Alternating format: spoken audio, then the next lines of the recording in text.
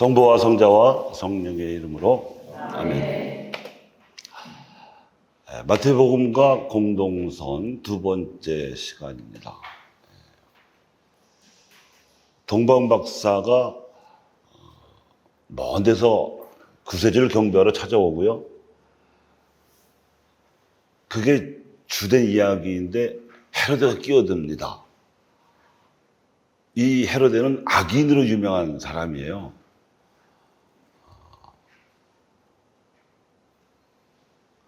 자신의 그 정치 권력을 위협하는 존재가 나타난 줄 알고 예수아기를 죽이려고 하다가 실패하면 하니까 그 근처에 모든 애기를 다 죽여버려요.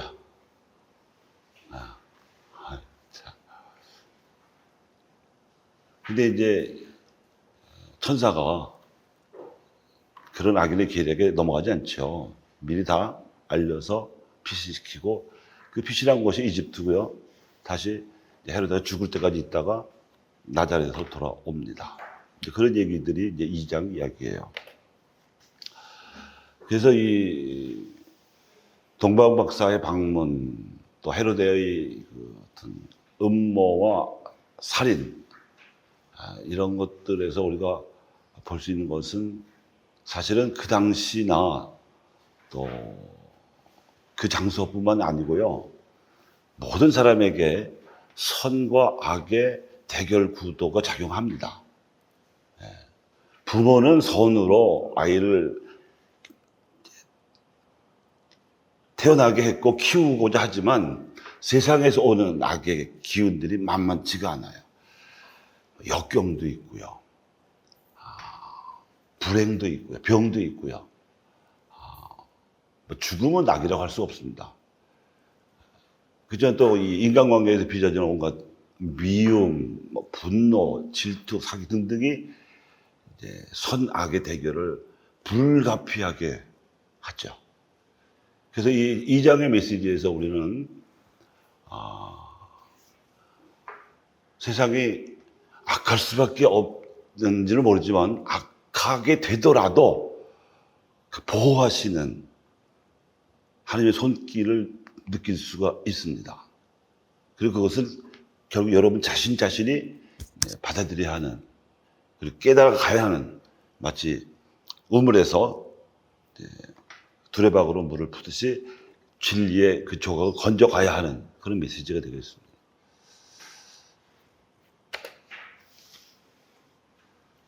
이 장의 주요 테마는 동방 박사들의 방문이죠. 우리가 성사대축일을 지내고 나서 공현대축일 날 바로 이 메시지를 선포합니다. 동방은 이제 이스라엘보다 동쪽이라는 뜻인데 학자들은 대개 페르시아 지방으로 추정을 하고 있습니다. 실제 페르시아 지방에서는 점성술이 많이 유행했었고요. 점성술은 고대의 과학입니다. 미신이 아닙니다. 그야말로 점을 친다는 점자가 들어가서 좀 그렇지만 별자리의 변화를 관측을 해서 하나님의 뜻을 읽고자 하는 고대 과학이었습니다. 아니 별자리가 무슨 하늘의 뜻을 알려주냐 하실 수 있겠지만 우리가 살아가고 있는 이 시간 질서가 전부 별자리에서 비롯된 겁니다. 하루가 어떻게 정해지나요? 지구가 한 바퀴 도는 게 하루예요. 지구가 태양을 한 바퀴 도는 게 1년이에요. 달이 지구 한 바퀴 도는 게 한 달이 됐고요. 그리고 일주일의 질서는 일, 월, 해와 달이죠. 화, 수, 목, 금, 토, 화성, 수성, 목성, 금성, 토성에서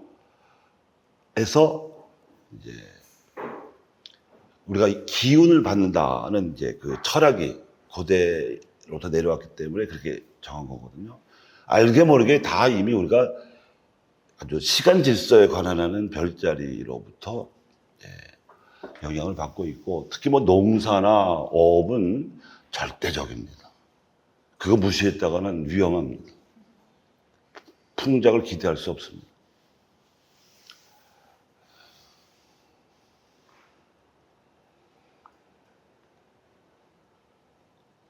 별자리의 움직임은 대단히 규칙적입니다.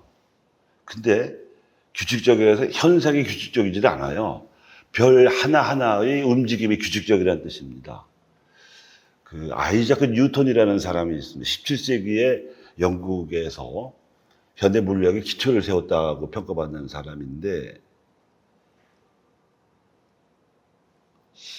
거의 천재적인 두뇌를 가지고 있었던 것 같아요. 보통 사람들은 뭐 별을 감상하기 바쁘지 이걸 어떻게 학문적인 대상으로 관측할 생각까지도 엄두를 못 내는데 그 사람은 그거를 도전을 했어요. 그래서 모든 별은 질량과 거리의 제곱에 반비례한다. 끌어당기는 힘이. 이게 우주에 떠있는 거대한 별이나 이 물질의 최소 단위인 원자 안에 있는 양자와 전자 사이에도 적용됩니다. 그러니까 보편적인 뜻이에요. 질량 곱하기 거리 제곱에 반비례하는 거예요. 그래서 모든 별은 그 질서대로만 움직입니다. 근데 이 질량이 다 다르고요. 거리가 다 다르기 때문에 별 운행은 항상 변화무쌍한 거예요. 똑같지가 않아요. 그래서 점성술 내지 천문학이 성립한 거거든요.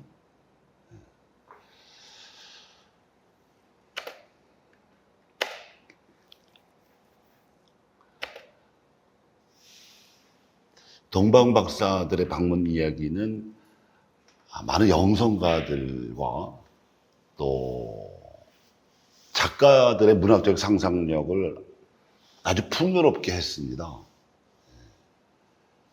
그래서 영성가들과 이제 문학가들의 상상력으로 동방 박사들의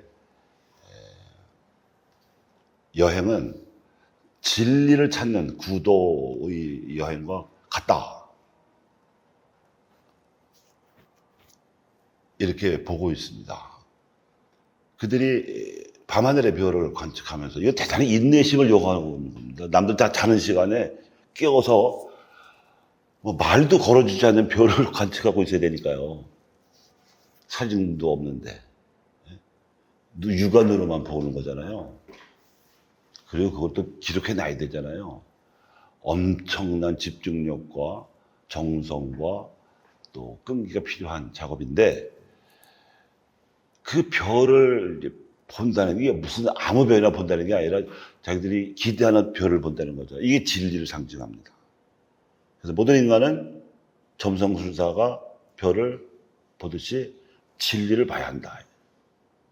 오류를 봐야 할 의무 없습니다. 그런 거. 마치 아까 믿음이 신앙에는 믿을 자유지 안 믿을 자유가 말이 안 되는 것처럼 오류를 추구한다. 이거는 모순입니다. 그거는 파멸의 길이니까 안 되는 거죠. 마치 죽음을 목표로 산다. 뭐 이런 거나 똑같은 거죠. 말이 안 되는 겁니다. 그 다음에 이제 별을 찾았으면 길을 떠나는 겁니다. 있던 자리에 머무르면 결코 진리에 도달할 수 없어요. 그것은 물리적인 이동만 말하는 것이 물론 아니라 정치적인 성숙을 요청하죠. 진리를 이해해야 되니까. 이해는 두 가지가 있습니다. 인식과 의식인데 인식은 두뇌로만 이해를 하는 거예요. 일단 필요한 1차 작업이지만 두뇌만이 아니라 자기 혼이 그 이해를 받아들이는 것이 의식이에요. 인식으로는 사람이 바뀌지 않습니다. 그냥 그거는 뭐 아는 지식이 많아지는 거지. 뭐 박사들이 뭐 인격이 훌륭하다는 얘기 못 들으셨잖아요. 아는 과학은 별대. 그건지 바탕은 될 수 있지만 인식이 그 사람을 먼저 변화시킬 수 있어야 의식이 되거는 거죠. 의식. 예. 그래서 길을 떠난다는 건 의식화 작용입니다. 의식화 작용. 내가 어떤 사람을 그 사람의 뭐 신체 구조나 신상 정보 안다고 해서 그 사람하고 관계가 발전하는 거 아니잖아요. 그렇게 알 수 있는 사람은 수천 수만이죠. 아무 관계 없는 거예요. 모르는 것보다 낫겠지만. 근데 그 사람과의 관계가 발전하고 의미 있으려면은 사랑이라는 의식과 작용이 필요한 것처럼 똑같은 거예요. 근데 반드시 길을 가는 과정에서는 사막이 있다. 이 페르시아 지방에서 이스라엘로 오는 데는 거대한 사막을 거쳐야 됩니다. 아라비아 사막이요. 물이 없어요. 물론 물통을 가져가지만 그 물통에 있는 물 갖고는 버티기가 어렵습니다. 그래서 생존과 싸워야 됩니다. 그래서 반드시 낙타를 데리고 가야 되죠. 낙타는 아주 적은 수분으로도 생존이 가능한 지구상 유일한 동물입니다. 결국 참아야 되는 거예요. 물을 충분히 마셔가면서 사막 건너다 이거는 모순이고요. 최소한도 생존에 필요한 수분만 섭취하면서 목마름을 참는 거예요. 목마름. 근데 그러다 보면 또 오아시스가 가끔 나와요. 그게 죽으려는 법은 없어. 근데 용기는 필요해. 죽을 각오를 해야 오아시스를 만날 수 있어요. 그런데 이 동방박사의 방문 이야기에 보면 또 사망하에 있는 게 아니고 별을 잃어버리는 아주 비상사태가 발생을 합니다. 예루살렘이 밝은 인공의 빛들이 많은 곳이기 때문에 그렇죠.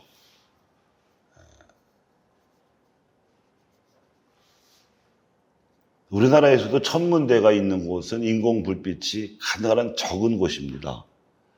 그래서 여주라든지 횡성이라든지 이게 도시화가 진척이 잘 안 된 지방이 오히려 별 관측에 유리해요.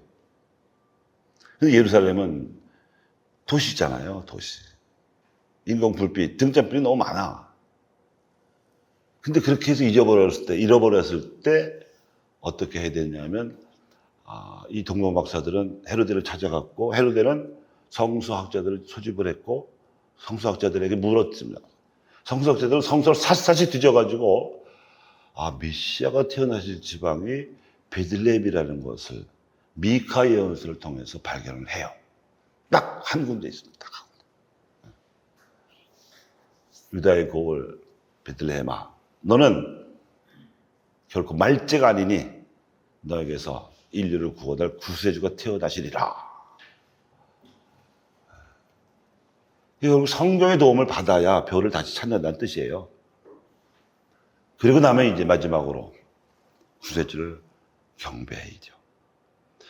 경배할 때 빈손으로 갈 수 없습니다. 그건 예의가 아닙니다. 동방박사들도 전 재산을 처분해서요, 귀한 보석을 준비했습니다. 황금, 유향, 몰약. 경배는 거의 전 재산에 해당하는 값진 가치를 바치는 행위입니다. 그냥 몸뚱아리에 가서 인사하는 게 아니고 예물을 바쳐야 한다.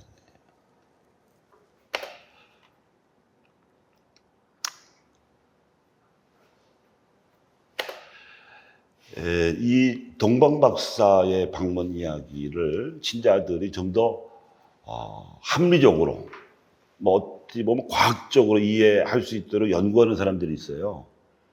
이게 이제 창조과학회라는 모임이 있는데 그 모임은 과학자들만으로 구성된 모임이에요. 개신교 모임입니다.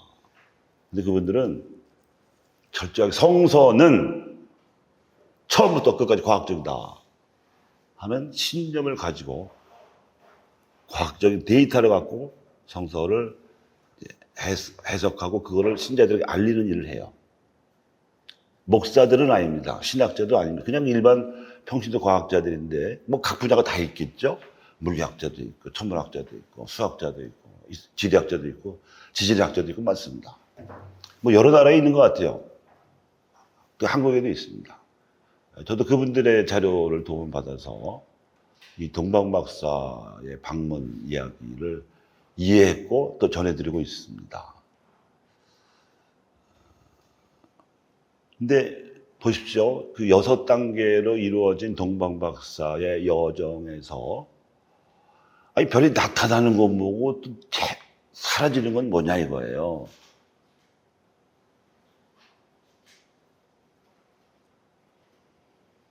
우리의 육안 관찰에서는 별이 나타나지 않습니다. 그냥 떠 있지. 잃어버려 사라지는 거 없습니다. 그냥 뭐 지루할 정도로 그 자리에 계속 고정되게 떠 있지 않습니까? 근데 분명히 이 기록에는 나타났고 사라졌다고. 그리고 다시 또 나타났다고. 이 세 가지 점이 있거든요. 이거를 이제 연구한 거예요. 창조과학회의 학자들이. 그 결과 BC 7년에 목성과 토성이 겹쳐 보이는 합현상이 무려 3회 발생하고 이게 합쳐지면요. 실제 별이 합쳐질 수가 없어요.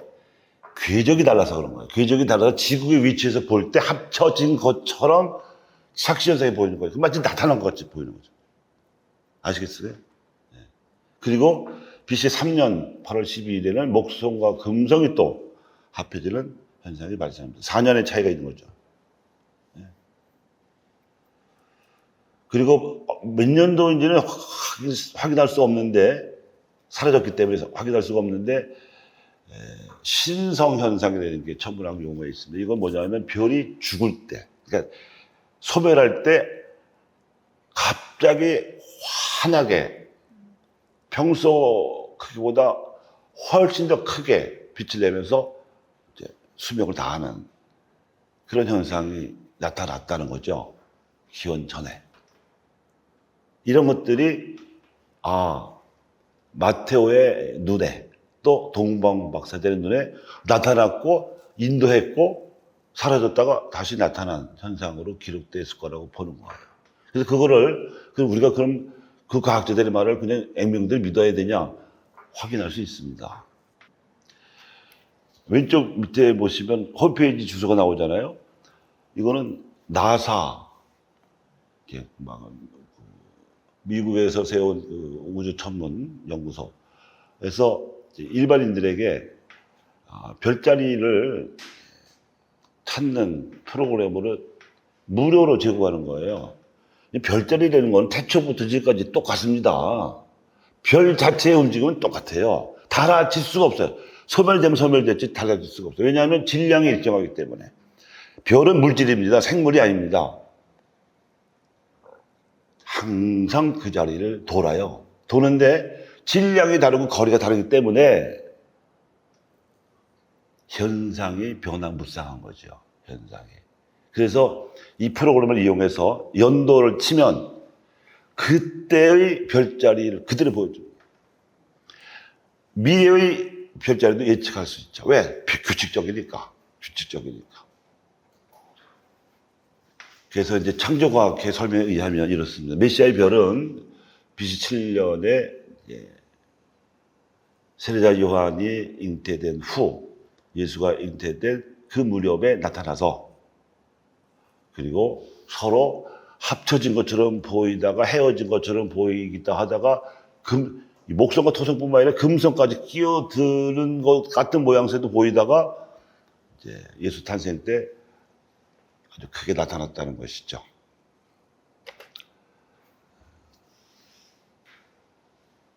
금성이 영어로는 비너스거든요. 비너스는 서양에서는 여신이에요. 여신. 성모 마리아를 뜻한다고 보는 거예요. 그 참 이 천문학적인 상식을 가지고 있다면 또 상식뿐만 아니라 천문을 관측할 수 있는 약간의 기술만 있다면 또 뭐 프로그램을 조작할 수 있는 기술만 있다면 굉장히 흥미로울 것 같습니다. 야, 어떻게 인격체가 아닌 별이 목성은 여러분 왕을 뜻합니다. 제우스 영어로는. 토성은 그 왕의 부왕 세턴. 세터데이 할 때 세턴입니다. 그래서 부왕으로부터 제우스라는 소위 그 메시아가 왕권을 받는 것 같은 연출이 이루어지는 거예요. 별에서. 그리고 거기에 비너스가 끼어들고 재밌지 않습니까?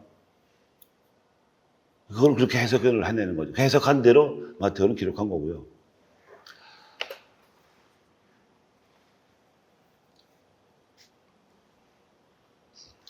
그래서 어쨌든 결론은 성경에 미카 이어서 5장 1절.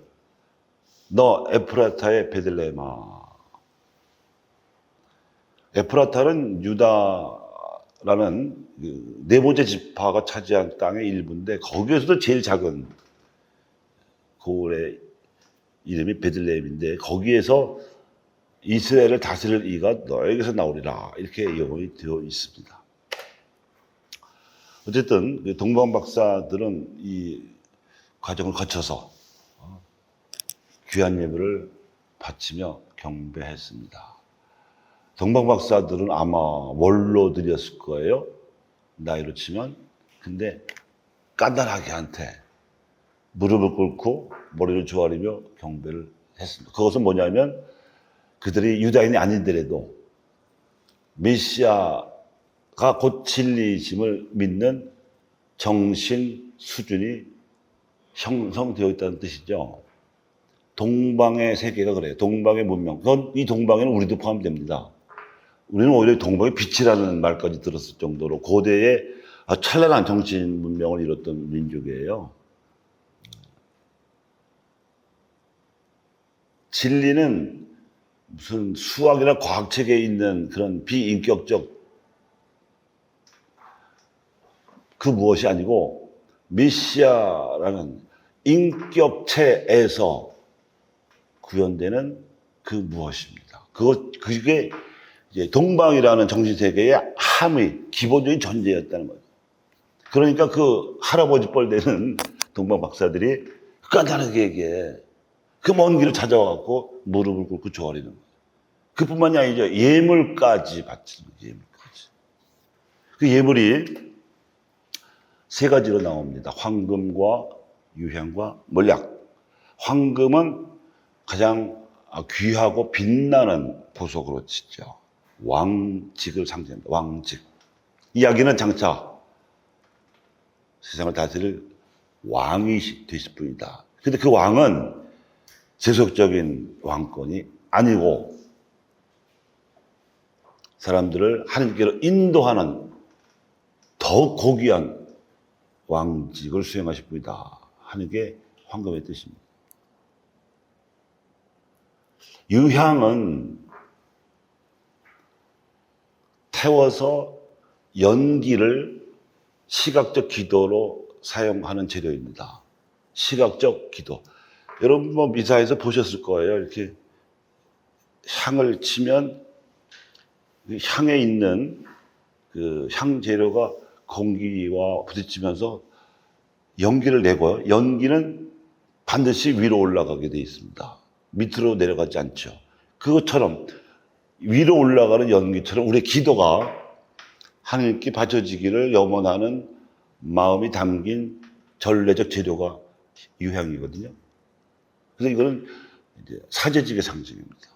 사제직은 재물을 바치는 것 이전에 자기를 바치는 직이에요, 직. 구약의 사제들의 문제가 자기를 바치지 않고 남의 재물을 받아가지고 제사 바치는 대행업을 했던 데서 타락한 거잖아요. 신약의 사제직은 자신을 봉헌하는 게 전제가 되어 있습니다. 만약에 지금의 사제가 자기를 봉헌하지 않고 미사업을 수행한다면 신자들 다 도망갈 거예요. 저게 무슨 신부냐. 그러지 않을까요? 근데 그거는 신부들만 사제직을 수행하라고 하는 게 아니고 신자들도 사제직을 수행하라고 왜냐하면 모범이 되는 의무가 있는 거죠. 의무. 왜냐하면 사실은 가정도 교회고 가정교회의 가장은 부부예요.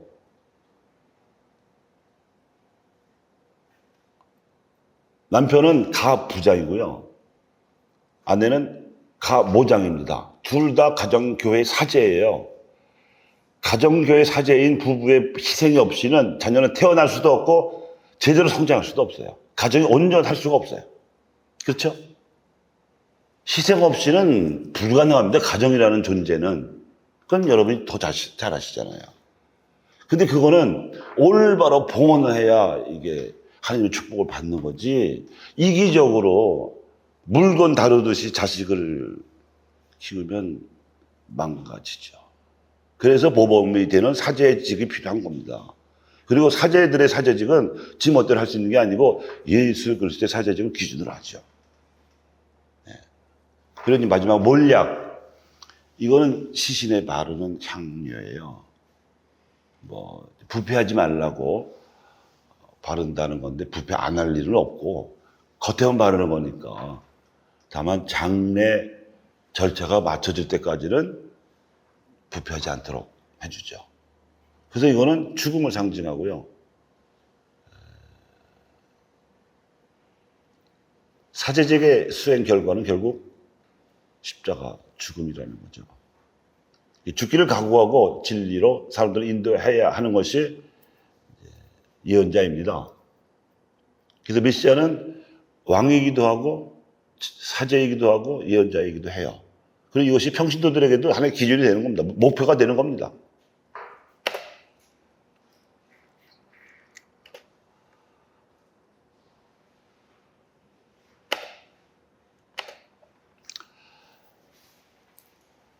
아마 동방박사들의 이 방문 때문에 마을에서는 큰 소동이 빚어졌을 거예요. 왜냐하면 마을 사람들은 마리아가 만삭인 처지인지 알면서도 방을 안 내줬잖아요. 세상에 그런 법은 없거든요. 아무리 허름한 시골이고 가난한 시골이라도 만삭의 산모가 몸을 풀 장소는 있기 마련입니다. 없으면 사람이 살던 방을 비우더라도 내어줘야 되는 거지. 안 그렇습니까? 잘못하면 산모라니까 죽을 수도 있는데, 추위에 심하면. 그렇게 못하더라도 헛간이라도 내둘 수 있는 거예요. 거긴 집이죠, 집이. 집이 있으면 그래도 온기가 유지될 수 있는데, 어떻게 머무를 방이 없었던 사정을 형편을 설명할 수가 없어요. 이거는 아마 나자렛에서 마리아의 임신이 의심스럽다 하는 악소문이 베들레헴까지 퍼졌을 가능성이 커요. 근데 마리아와 요셉 부부의 반응은 안 나오죠. 성서는 그런 거는 침묵합니다. 상상력에 맡기는 거죠. 그런데 동방박사가 찾아왔단 말이에요. 예사롭지 않은 귀인들이 그것도 멀리서부터 찾아왔으니 이거 우리가 뭐 잘못한 거 아니냐 하는 그런 분위기가 돌았겠지요.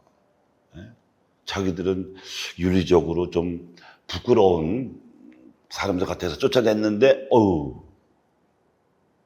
귀인들이 그것도 귀한 예물까지 들고 찾아왔으니 소동이 벌어질 수밖에 없겠죠.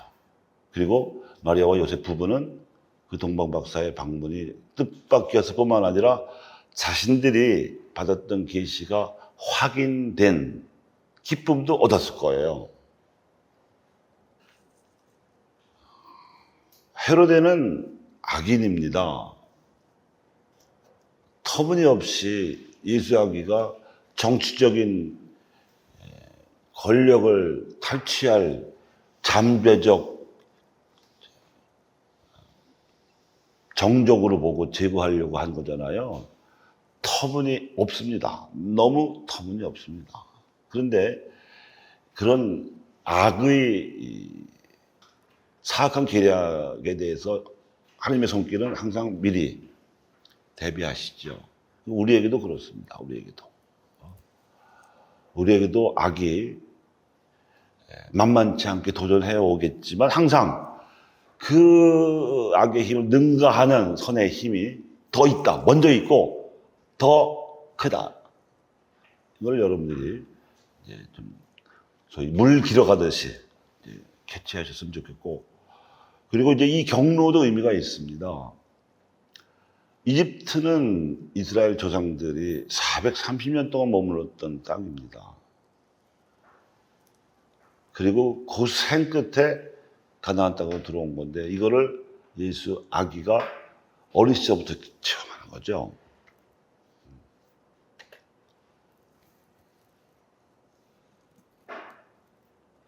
그것은 뭐 과거에 있었던 일을 기억하기 위함이라기보다는 이제 이집트라는 한정된 지역, 또 이 헤로데 못지않게 포악했던 파라오라는 한정된 정치적 인물의 억압이 아니라 모든 나라, 모든 인류의 출애굽이, 엑소더스가 이제 이 예수로부터 비롯됨을 암시하는 것입니다. 예수는 새로운 모세예요. 근데 이집트에서 가나안 땅으로 이동시키는 그런 이제 역할이 아니라 인류를 하나님 나라로 끌고 가는, 해방시키는 새로운 모세라는 표현도 사실 부족합니다만 어쨌든 비유하자면 더 큰 보편적인 출애굽을 인도하신다는 의미가 이 이동 경로에 암시되어 있습니다.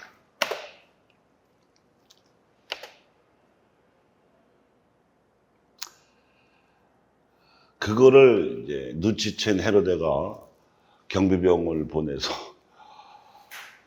예수가 태어날 무렵에 비슷한 2살 이하의 아이들 전부 다 죽여버렸죠. 사내 아이들만 죽여버렸어요. 참. 근데 이와 관련된 에피소드가 하나 있는데요. 여러분 이문열이라는 작가를 아십니까? 제가 20대 시절에 그 이문열 씨가 쓴 단편 소설 중에 사람의 아들이라는 글을 읽었는데 한참 헤맸습니다. 한참 헤맸습니다. 왜냐하면 이문열은 아하스페로스라는 가상 인물을 내세워가지고 이 헤로데 학살을 비꼬아요. 아니 유다인의 신은 자기 아들도 보호하지 못해서 애꿎은 죄 없는 베들레헴 아기들을 학살시켜야 했는가 이렇게 또 부르짖게 만들어. 저는 아직 그때 뭘 모를 때니까 그런가? 하느님이 뭐 잘못한 건가? 헷갈렸다니까요.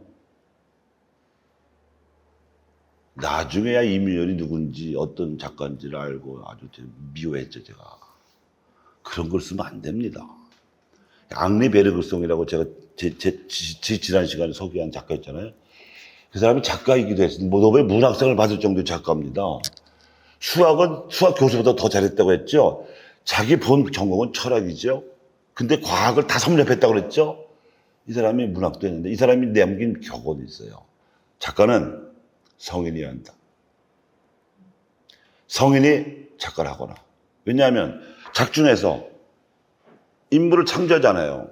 그리고 독자는 작가의 손끝에 따라 놀아난다고 할 정도로 영향을 가장 민감하게 받아요. 그래서 선인, 성인, 의인들의 삶을 보면서는 선한 기운을 받고요. 악인, 속물, 죄인 이런 글을 보면은 혐오하거나 닮아가거나 둘 중에 하나. 그러니까 성인이 한다고 보는 거죠. 앙리베르송. 근데 거기에 걸맞는 게 있어요. 제가 요새 알기는 노래가 하나 있는데 제가 적어드렸거든요. 이 가사를. 혹시 아십니까? 아무것도 너를.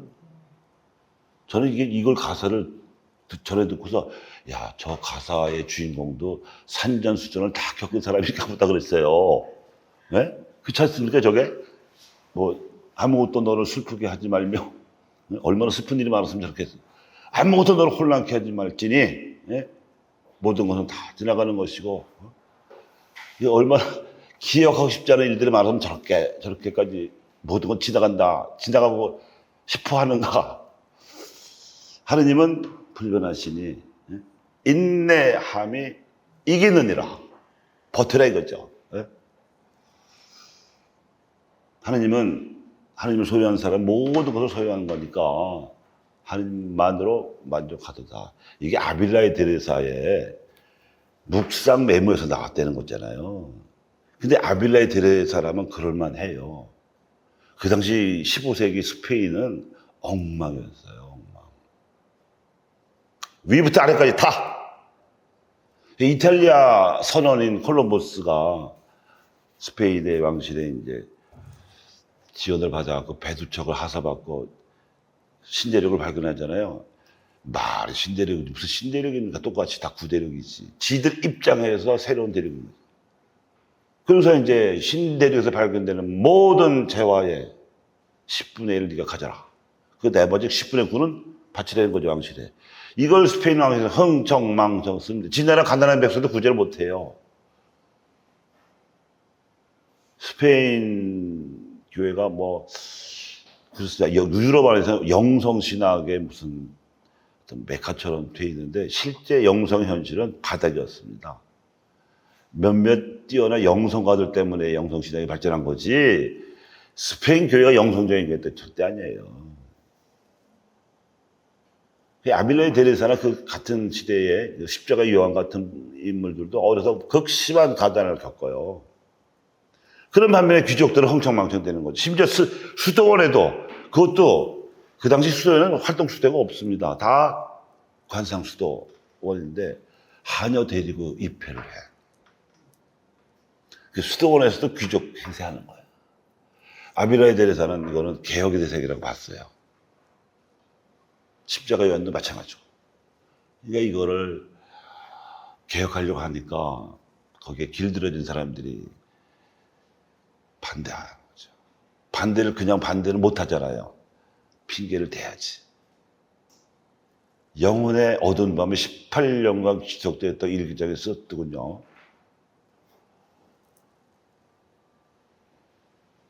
제가 신학교 들어가서 처음으로 본 성인전이 그 아빌라야 데레사 책이었는데, 이 대목을 수리하면서 그 데레사 성녀가요 어떻게 썼냐면, 자기를 어떻게 표현하냐면 대죄녀인 제가 뭐 이렇게 썼어요. 제가 연필로 밑줄을 걷잖아요. 대죄녀. 야, 성녀면 좀 성녀다워야지. 겸손이 이 정도면 우리 같은 사람은 뭐 어디서 내는 거야. 그 책을 덮었잖아요. 이해를 못했어요. 그 언어 표현을. 왜 대죄녀라고 할까? 굉장히 거룩한 분이라는데, 근데 이제 그 대죄녀라는 표현은 사람들하고 비교해서 한 말이 아니라 하느님의 가까이 가면 갈수록 자기 어둠이 드러나는 것이니까. 그래서 쓴 표현을 저는 오해를 했죠. 풋내기 신학생이. 좀 우리 술자리도 좀 마련해놓고서 적당히 겸손할 것이지, 뭐 이런 억하심정이 있어가지고 이제 그런 에피소드가 있는데, 아무튼 18년 동안 마음에 평화가 없었다는 거죠. 근데 이제 마침내 이제 십자가의 성요한이 이제 비슷한 연배지만 조금 더 젊었을 거예요. 근데 어쨌든 영성 지도 신부로 삼고 사기를 많이 했고 서로의 의지가 됐겠죠. 십자가 요한도 자기 수도원에서 또 감옥에 갇히기도 하고 뭐 별별 할 수 있는 고생을 다 수도에 감옥이 있어요. 그때는. 결국 원장에 선출이 되는데 반대편 여기 남아있죠. 눈을 부릅뜨고 있죠. 그때 예수상을 들어서 원장 자리에 놓고 이분이 우리의 새 원장이십니다 하는 바람에 반발을 겨우 누를 수 있었다는 얘기를 들었어요. 이제 그런 과정에서 저런 묵상이 나온 건데, 이 묵상이 저는 동방 목사 예물과 같은 거라고 생각해요. 아빌라의 데레사가 하나님께 바친 예물이야, 이게. 이 깨달음이. 왜냐하면 이게 500년 전 묵상인데 지금도 우리가 들어도요 영감을 주지 않습니까? 저는 아주 큰 위로를 받았어요. 별거 아닌 것 같은데 단순한 말뿐이에요. 다 어려운 말 하나도 없고요, 복잡한 말 하나도 없어요.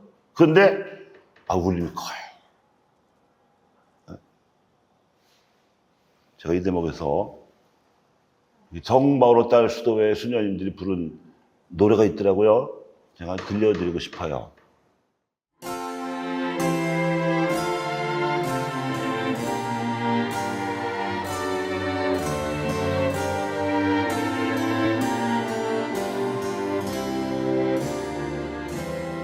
아무것도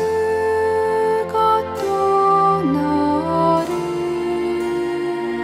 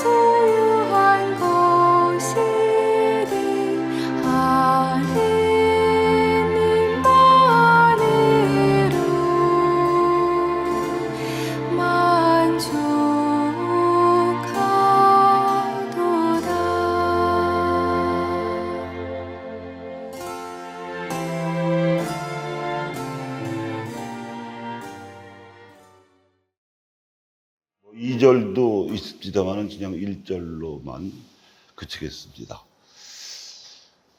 그래서 이문절의 사람의 아들 같은 잠문에서는 아주 헷갈릴 뿐이지만 이 아빌라 데레사의 이런 묵상글에서는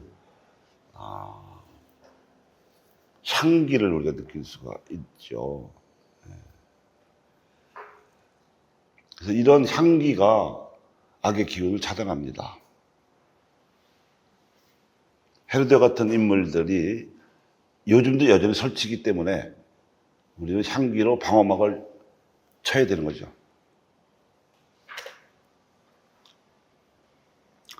헤로데가 누구인지 자세히 할 필요가 없습니다. 가치가 없습니다. 적긴 했는데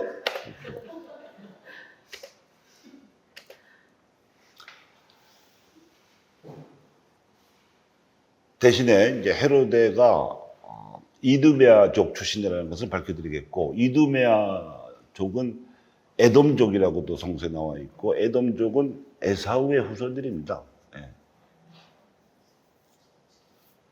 아브라함의 후손이긴 한데 하느님을 안 믿는 반개 족속입니다.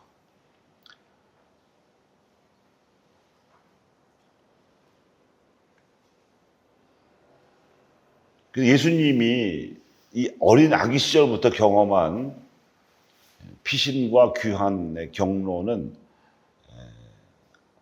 아브라함으로부터 시작을 해서 야곱을 거쳐서 모세가 영도한 이집트 탈출과 여호수아가 지휘한 가나안 입성을 지리적으로나 인적으로 보편화시키는 역할을 강력하게 암시합니다.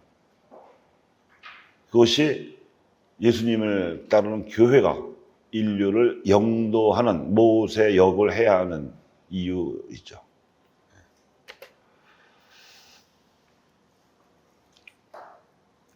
그래서 제2장의 메시지를 이제 압축해서 간추려 드리면, 선과 악의 대결 상황에서 펼쳐지는 하나님의 구원 계획은 동방박사들의 방문과 경배, 예물 봉헌에서 암시되었습니다.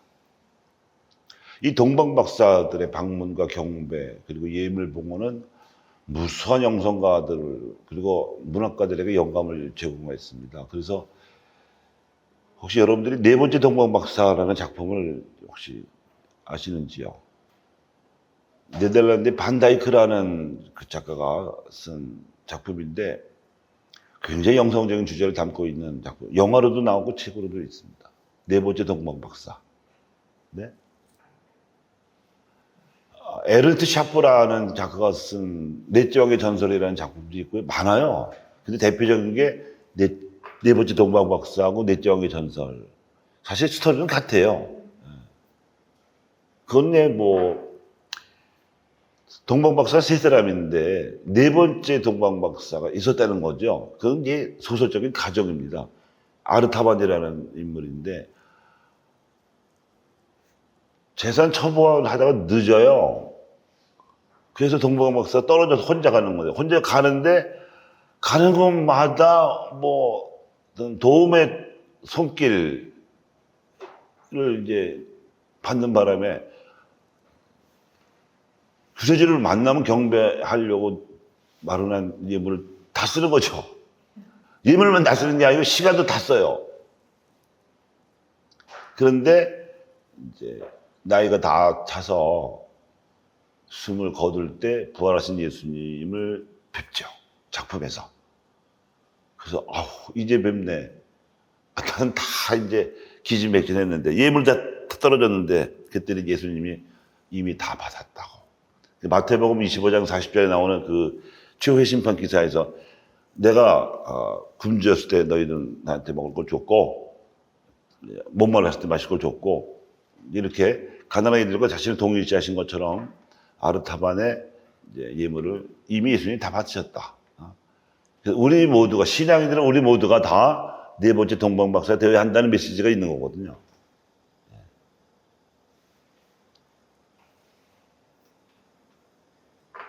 그 예물의 세 가지 의미에서 나타나듯이 예수님께서 행하실 왕직은 진리로 이끄는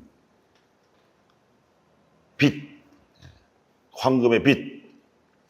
그리고 유향은 자신을 봉헌하는 사제직. 그리고 예언자직은 죽기를 각오하는, 세속적인 것에 연연하지 않는 죽음 이후에 영원한 생명을 기대하기 때문에 육신의 생명을 위협하는 세력에 대해서는 얼마든지 맞짱뜰 수 있는 그런 용기를 예언자직이 요구하는 거죠. 그리고 이것은 섬김과 봉헌과 말씀으로 나타나는데, 이게 결국 우리 모든 신자들에게 주어진 과제요, 과제.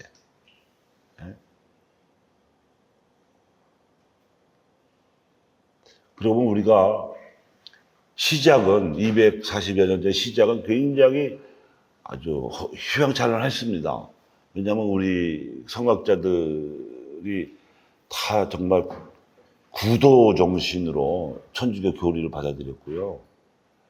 굉장히 지성적이었습니다. 요즘 우리 신자들하고 달라요. 왜 다르다고 제가 이렇게 함부로 말하냐면, 여러분이 작년에 읽은 책의 권수를 한번 생각해 보시면 답이 나오죠. 안중근이라는 사람이 있잖아요. 그 사람은 100년 전의 인물인데, 안중근 세대는 박해 직후 세대입니다. 박해 직후. 근데 아버지 안태훈하고 함께, 안태훈이 먼저 영세했고, 아버지 부친의 인도로 영세할 때 그가 읽은 책 수가 나와요. 120권이에요. 그 당시에 이제 박해 시대 때 웬만한 지식인이라면 그 정도로 다 섭렵하고 나서야 입교했다는 거거든요. 그래서 안중근의 선교사 활약, 또 독립군 활약, 여기에 이 천주교 신앙과 또 교리의 영향이 다분히 배어 있는 거예요. 근데 그런데 비하면 지금 우리 신자들은 너무 나이롱이야. 엉터리들. 여러분을 두고 드릴 말씀 아닙니다. 오해하지 마십시오. 대체로 안 읽어도 아무 문제 없거든요. 신자가 행세하는데 아무 지장 없어요. 묻지도 않고. 신자들 대화도 그런 지적인 거, 영적인 거 전혀 없어요. 신자 냄새도 안 나. 수도회나 들어가야 공부를 할까? 그렇게 이 수준이 이렇게 하향되어 있기 때문에 굉장히 큰 과제와 도전을 주는 거라고 난 생각해요. 이 왕직이 그냥 황금, 그저 맷돈 중일까? 뭐 이런 관심이 아니고 빛을, 진리를 상징하는 예물이거든요, 황금은. 그리고 사제직은 봉헌이지, 봉헌. 구약의 세습 사제직도 개판이었지만 이 목사들이 보여주는 행태도 참 가관이기 때문에 상대적으로 천주교 신부가 점수를 후하게 얻는 거는 있는데, 또 반대로 생각하면 경쟁 상대가 없으니까 노력을 안 해. 대충 여자 문제 없고 돈 문제 없으면 대충 신부 생활을 하는데 지장 없어요. 네? 신자들이 그 문제 안 삼다고. 그렇잖아요? 강론 잘 안 해도 에이 신부님 독신으로 사시는 분인데 이러고 넘어가고, 그죠? 노력을 안 해.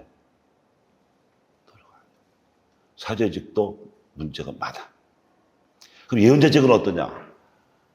매일 말씀을 선포하는 거는 기본적으로는 글쎄 전례는 많이 그래도 표준화된 것 같아요. 어느 본당을 가도. 저 어릴 때는 안 그랬었어요. 본당마다 굉장히 다 편차가 컸어요. 근데 이 주교회의 노력으로 인해서 말씀의 선포 자체는 궤도에 오른 것 같은데, 문제는 선포되는 말씀을 받아들인 신자들이 말씀을 얼마나 받아들이는지 그건 사실 통계가 없죠. 없는데 열심히 한 사람도 열심히 하고 아닌 사람도 아니고 그럴 테지만, 전반적으로는 천주교 신자들이 개신교 신자들에 비해서도 성서 지식이 헌세 떨어지는 건 부인할 수 없어요. 그래서 그 사람들은 성경을 들고 다녀, 항상. 우리는 매일 미사 책이면 땅 때려, 그냥. 매일 미사 책은 그날 지나면 다 버리잖아요. 남질 않아. 그럼 집에 있는 성경책은 쳐다보냐? 장식품이지. 성경책 몇 번 보세요. 몇 번 들춰보세요. 이게 뭐 우리끼리 뭐 서로 뭐 헐뜯다는 얘기 절대 아니고요. 옛날 박해시대 교우들에 비해서 너무 우리가 형편이 없어요. 형편이. 그래서 이 동방박사의 방문 이야기가 그냥 아름답기만 한 이야기가 아니고 우리는 무슨 예물을 구세주께 드릴 건가 하는 과제를 던진다고 저는 말씀을 드리고 싶어요. 헤로데의 사악한 계략은 동방박사들과 요셉의 꿈에 나타난 천사들의 활약으로 빗나갔습니다. 무지한 베들레헴 아기들만 희생됐을 뿐인데 이것은 어디까지나 헤로데의 책임이고 헤로데의 탓이지 하나님의 계획에 하자가 있어서는 절대로 아닙니다. 그렇게 오해하시면 안 됩니다. 그건 이문열의 그런 잘못된 시각이에요. 근데 하여튼 오늘날의 헤로데들, 내 주변의 헤로데들로부터도 나는 얼마든지 사악한 음모에 휘둘릴 수 있거든요. 근데 그때도 역시 천사들의 활약은 여전히 개방되어 있다 하는 걸 우리가 잊지 말아야 합니다. 선의 징표를 식별하는데 게으르지 말아야 한다 이 말이죠. 나자렛 예수만 귀하고 우리는 귀하지 않은 존재가 아닙니다. 똑같이 귀한 존재예요. 하느님한테는.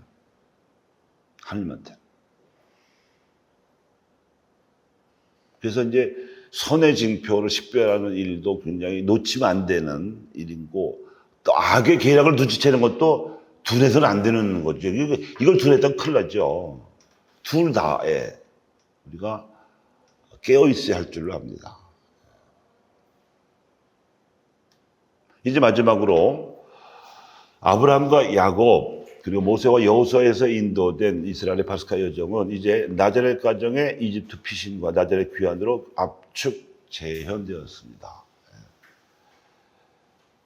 이와 마찬가지로 예수님께서 공생활 동안 행하신 파스카 과업은 이제 교회와 신자들의 파스카 과업으로 계승됩니다. 그런데 파스카 의식 자체가 거의 뭐 희미할 정도라는 게 또 이게 문제예요. 파스카라 그러면 성삼일 전례로만 생각을 해요. 파스카 성삼일. 그런 말이 있잖아요. 매임사책에, 그나마 매임사책에 나오니까 그 기억하는 거지. 우리 교회가, 우리 신자들이 파스카 과업에 초대된 역군들이다. 이런 생각을 안 하는 게 문제고, 그걸 강조하지 않는 교회 지도부도 문제고,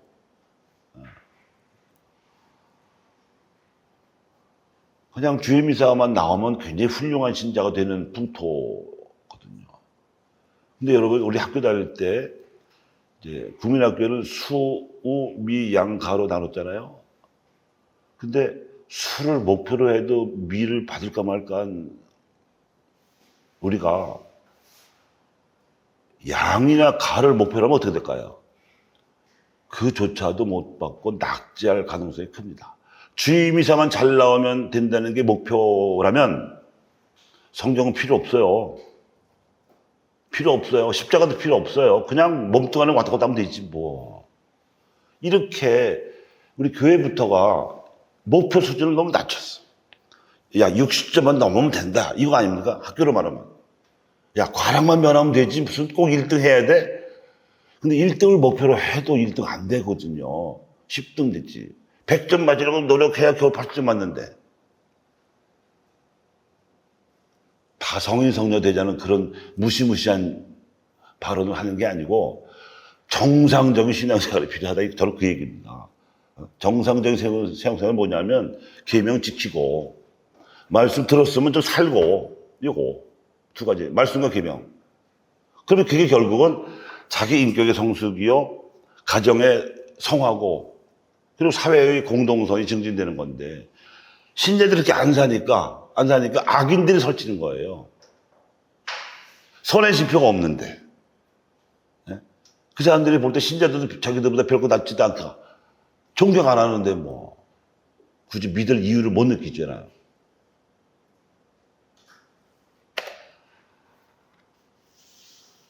동방 박사들의 경배와 예물이 상징하는 바는 길이요 진리와 생명이신 예수님을 만나서 경배하려는 구도적인 지향이 신앙생활에 배어 있어야 한다는 거.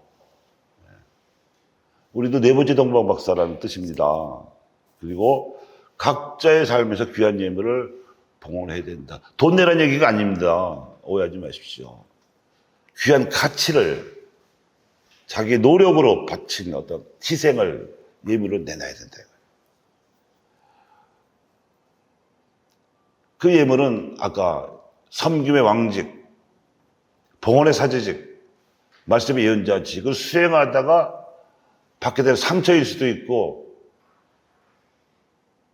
얻어진 십자가일 수도 있고 보람일 수도 있을 것입니다.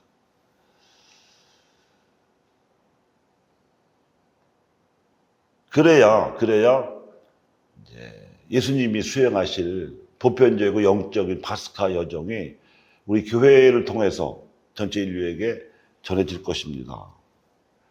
지금 우리 개별 신자들의 현실 문제점들을 다소 짜게, 야박하게 제가 진단하고 있습니다만 사실은 개별 신자들만이 아니라 인류 전체가 그리스도 교회에 기대하는 수준 자체가 굉장히 낮아요. 그리스도교가 잘 하고 있기 때문에 우리는 저 믿는 이들만 따라가면 된다 이런 기대 아예 없습니다. 오히려 더 걱정하는 수도 있어요. 믿는 사람들이 인류 문명을 제대로 선도하고 있을까? 뭐 기후 문제만 봐도 그렇고요.